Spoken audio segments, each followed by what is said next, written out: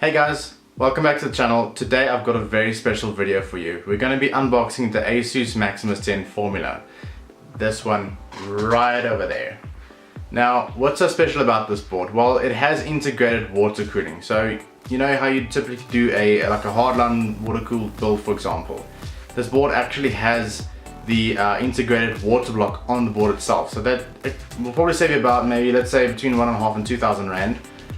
Which is actually quite a major save. If you compare it into the board, it's actually quite a great thing to have.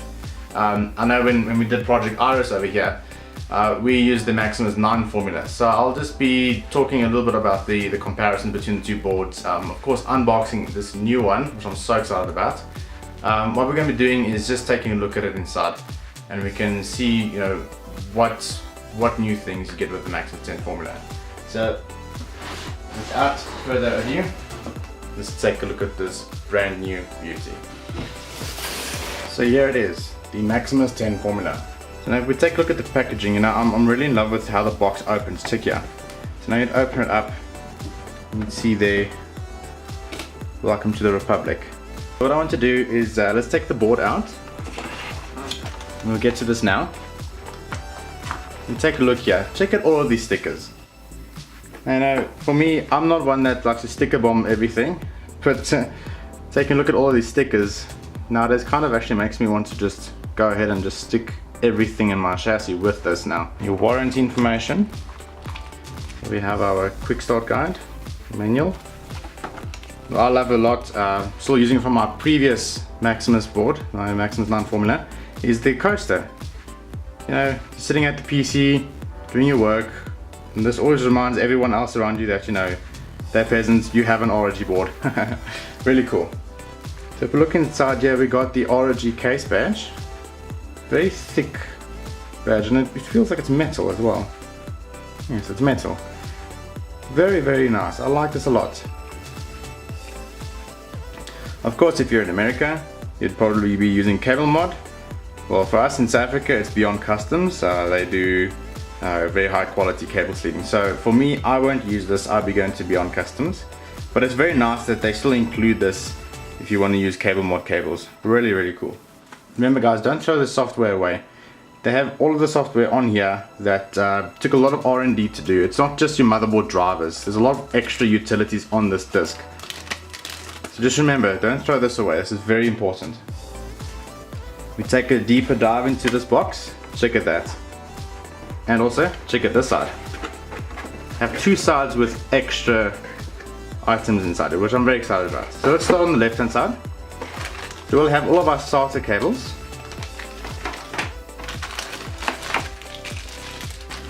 SATA cables there. Yeah, and this appears to be a USB 3 adapter of some sorts. I'm not too sure what this is for. Lastly, we have the RGB extender.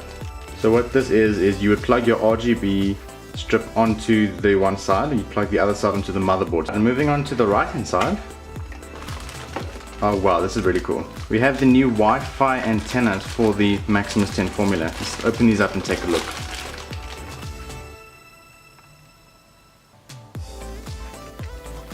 On this side you have the holder for it. Let's see what else we get.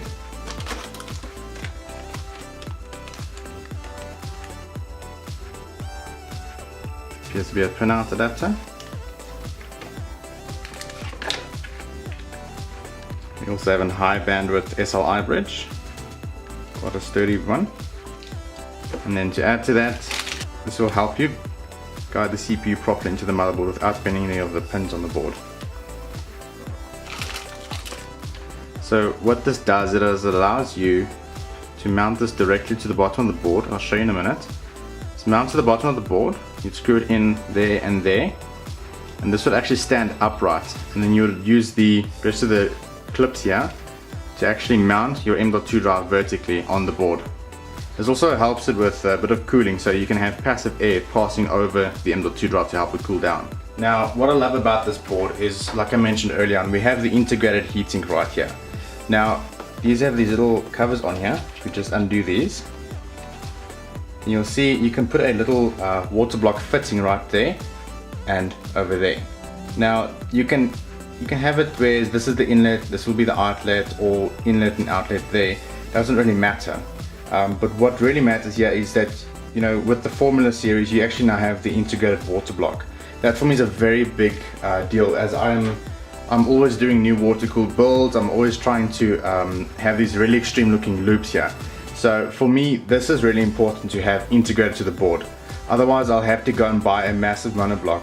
Then you look into things of compatibility. Does the monoblock support that board that you're trying to water cool? Or if it doesn't, then you only have to have a CPU block here, and then you'd have to buy the smaller, you know, the smaller VRM water blocks, which in my opinion doesn't look too great. But if that's all that you have, then of course, then that's all you need to do. So just taking a look at the board, you can see it's a lot more of an aggressive style than the predecessor, the Maximus 9 Formula. Now, in my opinion, this is a much better approach, as this entire M.2 heatsink is metal. Let me just grab a screwdriver and we'll open it up and take a look inside. Okay, so let's take a look inside this motherboard here. Let's see what we get when we remove this M.2 heatsink. Now, as I mentioned just now, it is a full metal heatsink. As with the Maximus 9 Formula, it was basically plastic, you know, just a plastic cover. Now this entire shroud is metal, so I actually like it a lot, as it is, you know, a bit of a bigger heatsink. So that's really, really awesome. Alright, let's take a look here. So now you can see here is where your M.2 would go. It will support the 2280 and even higher. Now this here just seems to me like a little rubber stopper just to keep it nicely secured in place, and you'd fasten it down there, of course. Now taking a closer look at the heatsink, we can see over here the entire design, this beautiful brushed style. So on the back here we have this M.2 heat transfer pad. So what you do is you'd peel this top layer off, put your M.2 drive in, and then you would actually put the heating back down. Now that, instead of you using things like thermal paste or whatnot, this will help the heat transfer from your drive to this massive heatsink, which I must say is absolutely beautiful. And of course RGB or Aura Sync in this case. All of the lighting is situated right there, and there. And of course, yeah, because it's a transparent section here behind the ROG logo, of course the ROG logo will light up. If we're looking at the back of the motherboard, you know, you wonder why do you look at it, but in my opinion, I think it's actually one of the most beautiful aspects, because this is something that you don't see very often. You see this massive shroud here. Now this is to add rigidity to the board so that it cannot bend under stress, you know, because you're putting these massive graphics cards in here, and then you also have these water blocks, or even your CPU fans. If you're using air cooling, they, you know, these tower coolers are getting larger and of course heavier. So of course now, you know, with that back reinforcement, it prevents the board from bending as well. The vertical M.2 mount would actually go over here, actually mounted over there, and then your M.2 drive would be mounted vertically inside here, because it's got thread on that side and that side to allow you to screw this bracket down properly. So now you'd mount this over there, and then what's nice is when it's mounted in a traditional chassis, this would allow the front of the chassis from this side to, if you've got two 120mm fans in the front, it'll actually bring air through here to pass it over the M.2 drive. So here you can see what size M.2 drives you can go. You can go with the 2242, 2260, 2280 and 22110. So you can actually put quite large M.2 drives on this adapter, which is really, really nice.